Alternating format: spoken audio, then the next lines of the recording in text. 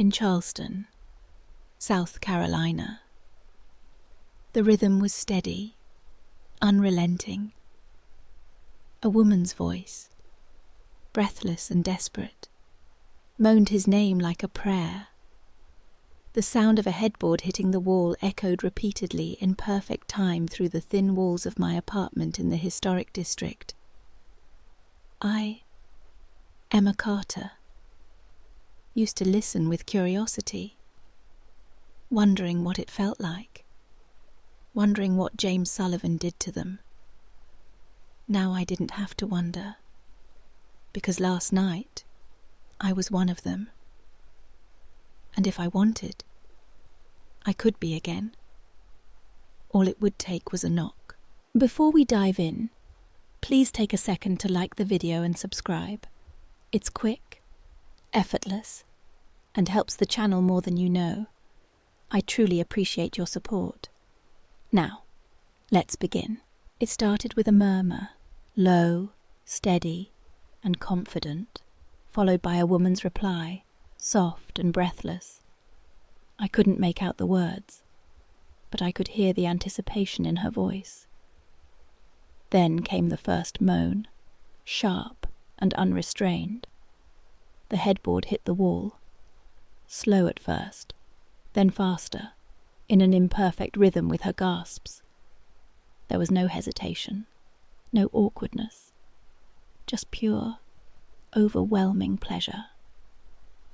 I lay frozen in my King Street apartment, my breath shallow, heat curling through me. This wasn't normal. I had overheard neighbours before quick, forgettable moments, but this was different. It happened every night, different voices, different women, but the same desperate, uncontrollable sounds. I turned onto my side, pressing my thighs together, my pulse unsteady. I should have drowned it out, but I didn't. I listened.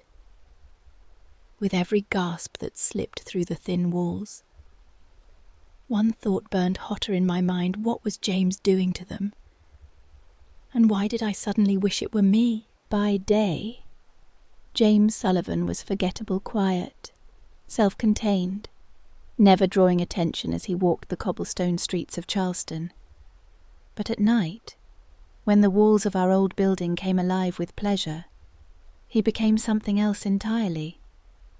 I had only seen him a handful of times tall, broad-shouldered, effortlessly composed, older, perhaps in his mid-50s, but commanding in a way younger men weren't.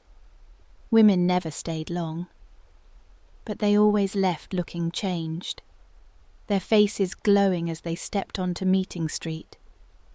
I tried not to stare when we crossed paths, but I noticed everything: the way he moved, unrushed and assured, the way he spoke, low and deliberate, like every word mattered, and most of all, the way he looked at people, as if he already knew their secrets. I told myself I wasn't obsessed, but I was. Then one night, I turned the corner on Broad Street and nearly walked straight into him. Up close. He smelled clean, warm, and expensive. He didn't step back, just held my gaze, a smirk tugging at his lips. "Thin walls," he said. My breath hitched. He knew. His smirk lingered, but he didn't wait for a response. He walked past me, his footsteps slow and deliberate on the historic pavement. I stood frozen, my fingers tightening around my keys, my pulse hammering in my throat. Thin walls, 2 words that unravelled everything. James knew, and he had known for a while. I forced myself to exhale, pretending it didn't affect me, pretending I wasn't burning with embarrassment and something else. But as I turned to unlock my door, I caught his glance over his shoulder. A smirk like he was waiting for me to say something. I didn't. I locked myself inside, pressing my back against the door, heart racing. It was one thing to listen, another to be caught, but now it was impossible to ignore him. The next night, the sounds started again, but they felt different, louder, sharper, or maybe I was just listening harder. The woman's moans cut through the silence, breathy, desperate, almost ruined. The steady rhythm against the wall was unrelenting. I squeezed my thighs together, my breath shallow, heat curling low in my stomach. Had James always been this intense, or was this for me? I turned, pressing my palm lightly against the wall, my body burning, restless. I imagined him on the other side, his body moving against hers, his voice low and commanding, saying things I couldn't quite hear. My hand drifted lower. Before I could stop myself, I let my legs fall open, my breath hitching as my fingers moved in slow circles, matching the rhythm against the wall.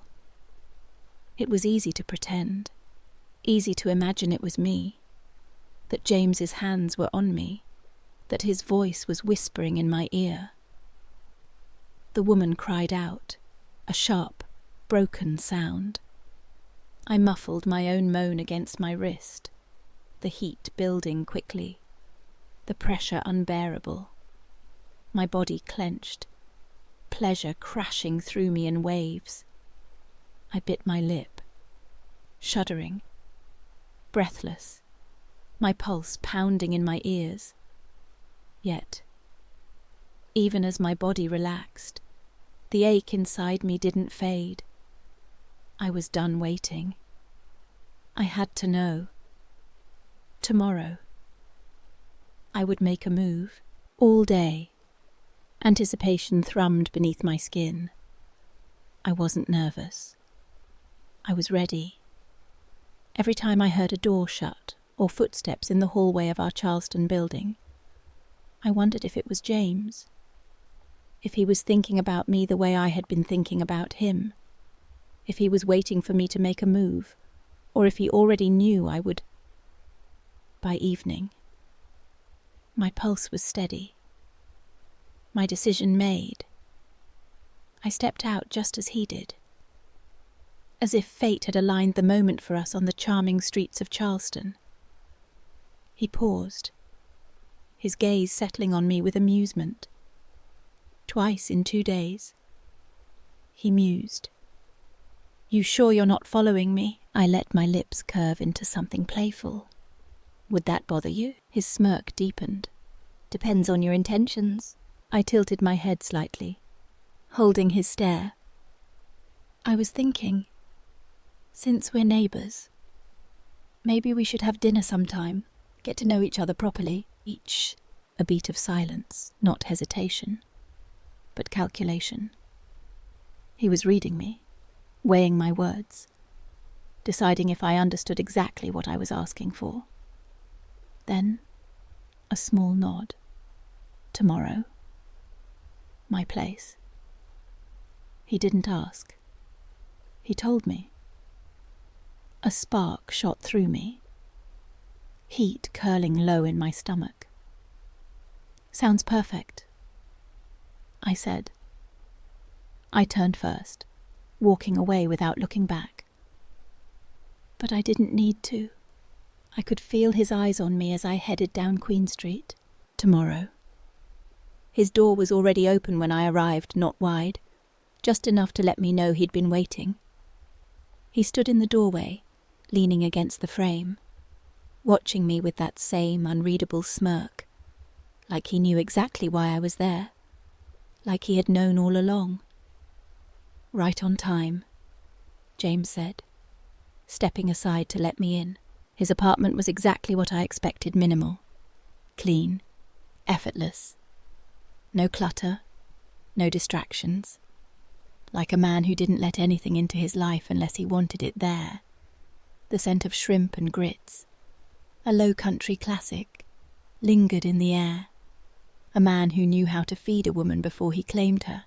"You cook," I teased, walking past him. "I like control over what I consume," James said, his voice smooth and deliberate. "Don't you?" My pulse kicked up. But I didn't let it show, not yet. I took a seat at the small dining table, crossing my legs slowly, watching as he poured the wine. He was unrushed, measured, completely in command of the moment. "So, tell me," he said, setting a glass in front of me. "Are you always this curious about your neighbours?" I let my fingers trace the rim of the glass, tilting my head slightly. "Only the ones worth being curious about." His lips twitched in amusement. "And what exactly caught your attention?" I took a slow sip of wine, holding his gaze over the rim. "The way you make women sound." For a fraction of a second, he paused, his gaze darkening, the amusement in his smirk sharpening into something more dangerous. "And how do I make them sound?" "Ruined, wrecked, completely undone." I didn't say any of that. I just smiled, happy. James let out a quiet chuckle, swirling his wine. "Good to know my reputation precedes me," I hummed, taking another sip. It's hard not to notice in a place like Charleston. There was no small talk after that, no need for it. The air between us was already thick with something else. He ate slowly, his gaze flicking to me between bites, as if watching to see how long I could hold out. I held my own, making him wait, making him work for it. But when I finished my last sip of wine and set the glass down, he stood. "Come here," he said. 2 words, no question, just a command. Heat surged through me as I rose from my seat, my pulse hammering. He took my hand and led me toward the bedroom. I didn't hesitate. I didn't want to.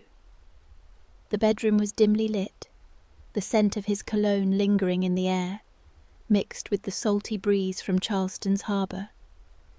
Everything about the space was controlled, intentional. Just like him. He closed the door behind me with an almost lazy motion. But there was nothing lazy about the way he watched me, like he knew exactly what was going to happen next. I barely had time to process the heat in his gaze before he moved. One moment, I was standing still, anticipation thrumming through my veins. The next. James's hands were on me, firm, steady, decisive.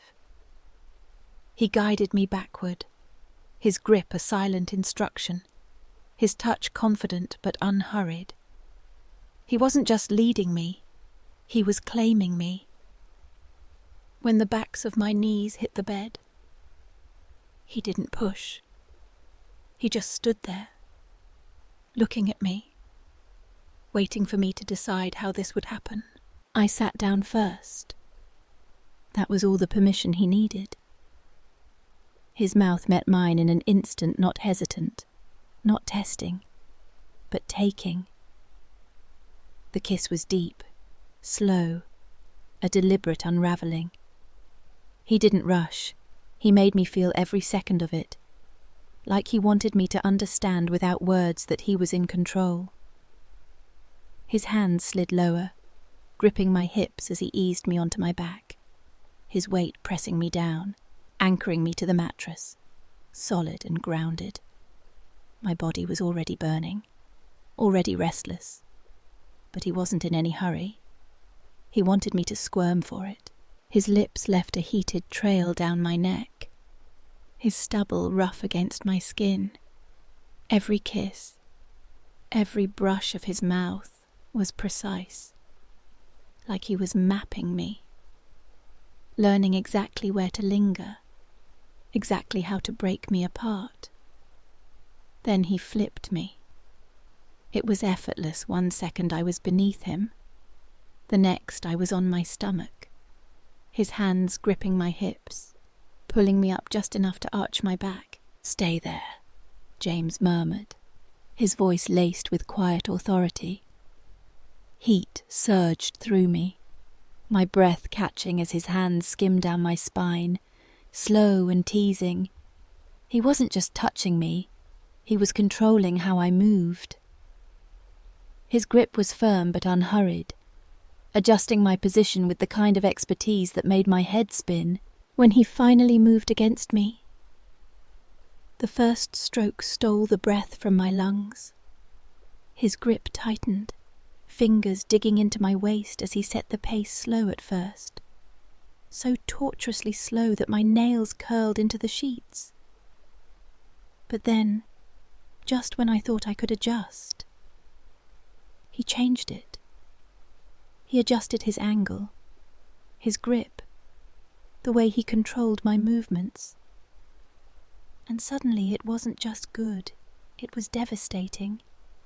Every movement pushed me deeper into sensation, his control absolute, like he knew exactly when to slow down, exactly when to push harder, exactly when to make me beg for more. I moaned before I could stop myself. "That's it," James murmured, his voice rough with satisfaction. "Let me hear you." He moved again, a slight shift, a change in depth, and my body shattered. I gasped, fingers gripping the sheets, my back arching as pleasure crashed through me, not soft, not gentle, a sharp, unrelenting wave. He felt it when my body tensed around him, felt the way I clenched, how my legs trembled. But he wasn't done. I barely had time to recover before he flipped me again, spreading my thighs apart with the ease of a man who wasn't finished until he had wrung every last drop of pleasure from me. Now he wanted to watch. He hovered above me, his hands gripping my wrists, pinning them beside my head, not trapping me, but holding me exactly where he wanted me. His gaze flickered over me, studying every reaction, every breathless gasp. Then he moved again, slow, intentional, completely in control. I felt my body tightening again, the pressure building too quickly, too intensely. His pace never faltered, his grip never loosened. He was relentless, his control unwavering as he chased my next release. He was watching me fall apart beneath him, and he wasn't letting up until I gave him everything. When the second wave hit, it was blinding. My breath broke, my body tensed, my head tilted back as pleasure tore through me, leaving me shaking beneath him. I had never been touched like this. I had never been handled like this. By the time James reached his own peak, his control cracked just enough for me to feel the rawness beneath it. His groan was deep, guttural, his fingers tightening around my wrists as he finally let go. For a long moment, neither of us moved. The only sound in the room was our breathing, heavy and uneven. His fingers trailed down my arm, slow, almost lazy now, as if memorizing the aftermath. I was still trembling, still sensitive, my body completely spent. I had never been this wrecked. Then, finally, he chuckled, low and satisfied. "You were curious," James murmured, brushing his lips against my ear. "Was it everything you imagined?" I exhaled a slow, blissful breath, my body completely spent, completely satisfied. A small, contented smirk played on my lips. Better. The first time should have been enough. But it wasn't. The next night, I heard it again, the same rhythm, the same broken cries. the same overwhelming pleasure bleeding through the walls of our Charleston apartment. But this time, it didn't leave me restless. It didn't leave me aching with curiosity or frustration, because now I knew. I had felt it myself. I had been one of them, and I could be again whenever I wanted. All it would take was a knock. I lay in bed, the scent of James still clinging to my sheets, my skin still sensitive from the night before. My body ached not from exhaustion, but from deep, undeniable satisfaction. And yet, I was already thinking about the next time. I turned onto my side, pressing my palm against the wall. The rhythm next door was steady, unrelenting. I could picture it perfectly, the way James moved, the way he owned every moment, the way he could wreck a woman and put her back together in the same breath. The woman on the other side gasped, her voice raw and desperate. I smirked. That had been me last night, and tomorrow it could be me again. I didn't have to wonder anymore. I belonged to that world now, and all I had to do was knock. But as the days passed, the simplicity of that thought began to unravel. The sounds from James's apartment continued, night after night, each one a reminder of what I had experienced and what I could have again. Yet, something shifted inside me. The thrill of that first night was undeniable. But now, every moan I heard sparked a new question, not of curiosity, but of something deeper. Was I just another voice in his collection? Another woman to leave his apartment changed, glowing, but ultimately fleeting. I had stepped into his world. But what did it mean to stay there? The next morning, I walked along East Bay Street, the salty breeze from the harbour cooling my skin. Charleston's charm surrounded me, historic homes with their pastel facades, the clip-clop of horse-drawn carriages, the distant hum of tourists. But my mind was elsewhere, replaying every moment with James, every touch, every word. I stopped at a coffee shop on Market Street, ordering an iced latte, and sat by the window, watching the world pass by. My phone buzzed with a text from a friend, asking if I wanted to meet for drinks at a rooftop bar on King Street. I hesitated. Normally, I'd jump at the chance. But now, all I could think about was him. I saw him again that afternoon, stepping out of a black sedan on Meeting Street. He was dressed in a tailored blazer, his presence as commanding as ever, even in the bright daylight. Our eyes met, and that familiar smirk curved his lips. "Emma," he said, his voice low, deliberate. Enjoying the Charleston sun, my heart skipped, but I kept my tone light. "It's hard not to. He stepped closer, his gaze never leaving mine. "I prefer the nights here, more. Revealing." The air between us crackled, and I felt that same heat curl low in my stomach. "I've noticed," I said, my voice steadier than I felt. "Your nights are hard to miss." His smirk widened, but there was something new in his eyes, a challenge. "Maybe, or an invitation. Care to join me for a drink tonight? Husk Bar, 8 o'clock. I nodded before I could overthink it. "I'll be there." That evening, I dressed carefully, a sleeveless black dress that hugged my curves, my hair loose over my shoulders. Husk Bar was a Charleston staple, its dim lighting and exposed brick walls creating an intimate atmosphere. James was already there when I arrived, seated at a corner table with a bourbon in hand. He stood as I approached, his gaze sweeping over me, unhurried, appreciative. "You look good." "Emma," he said, pulling out a chair for me. "So do you," I replied. Settling into the seat, he wore a dark shirt, sleeves rolled up, his forearms strong and defined. Everything about him screamed control. Yet there was a warmth in his eyes tonight, a crack in his usual armour. We ordered drinks, a palmetto cocktail for me, another bourbon for him, and talked. Not about the sounds, not about that night, but about Charleston, about the way the city felt alive with history and secrets. He told me about a hidden jazz club he'd found near the French Quarter, about the way the music there felt like it could unravel you.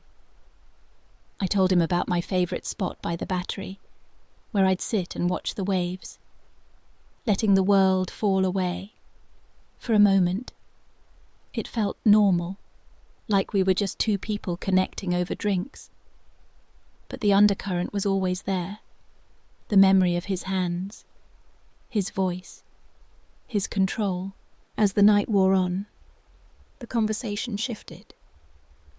"You're different, Emma," he said, leaning back in his chair, his eyes studying me. "Most people hear the walls and turn away. You didn't." I took a sip of my drink, meeting his gaze. "Maybe I'm just braver than most," he chuckled, low and warm. "Or maybe you're just as curious as I thought." "And what about you?" I asked, leaning forward slightly. "What's your secret?" "James, how do you make every woman sound like that?" His smile was slow, dangerous. "It's not about a secret. It's about knowing what someone needs before they do. About giving them permission to let go." My pulse quickened. "And you think you know what I need?" "I know you're still thinking about it," he said, his voice dropping. "About me, about what's next." He wasn't wrong. I could feel it. The pull toward him, the desire to step back into his world. But there was something else now, a need to understand my place in it. And if I come back, I asked, "What then? Am I just another night?" Another voice. His expression softened, just for a moment. "You're not just anything, Emma. But that's up to you to decide." The words hung between us, heavy with possibility. I didn't respond. Not yet. We finished our drinks, and he walked me back to our building. The Charleston night warm and quiet around us. At my door, he paused, his hand brushing mine. "You know where to find me," he said, then turned and walked away. The next few days were a blur of conflicting emotions. I went to work at my marketing job in a sleek office on Upper King Street, attended happy hours with friends at oyster bars, and walked along the waterfront. But James was always there, in the back of my mind. The sounds from his apartment continued, each one a reminder of what I'd felt, what I could feel again. But now, I wasn't sure if I wanted to be one of many or something more.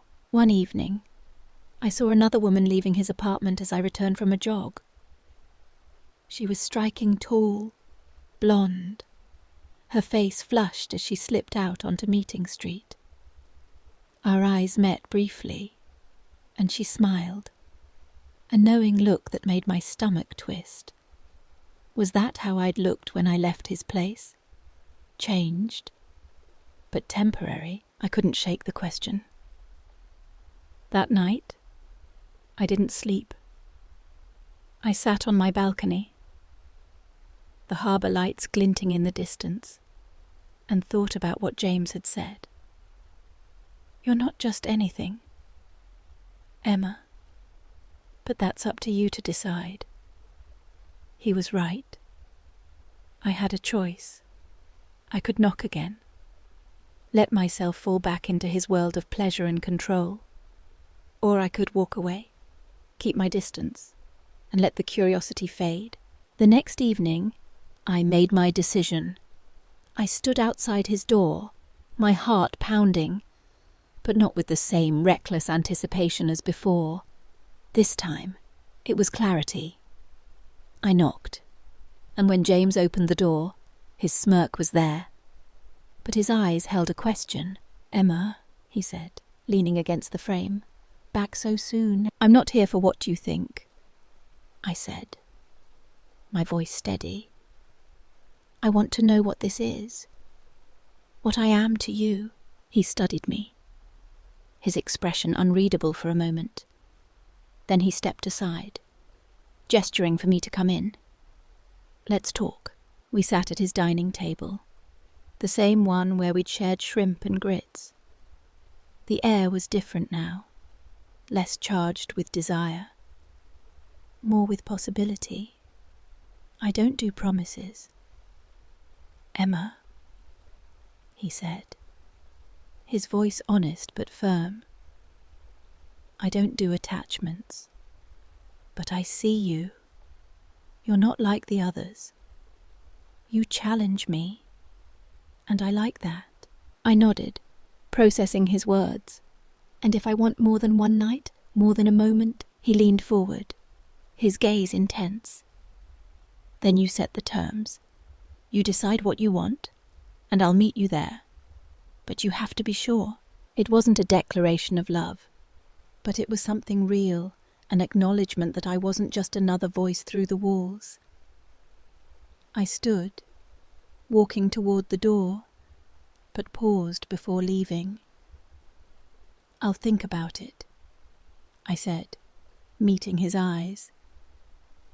"But don't be surprised if I knock again." His chuckle followed me out. "I'll be waiting, Emma." Back in my apartment, I lay in bed, the sounds from next door starting again. The rhythm was familiar, the cries raw and desperate. But this time, they didn't pull me under. I wasn't restless, wasn't aching.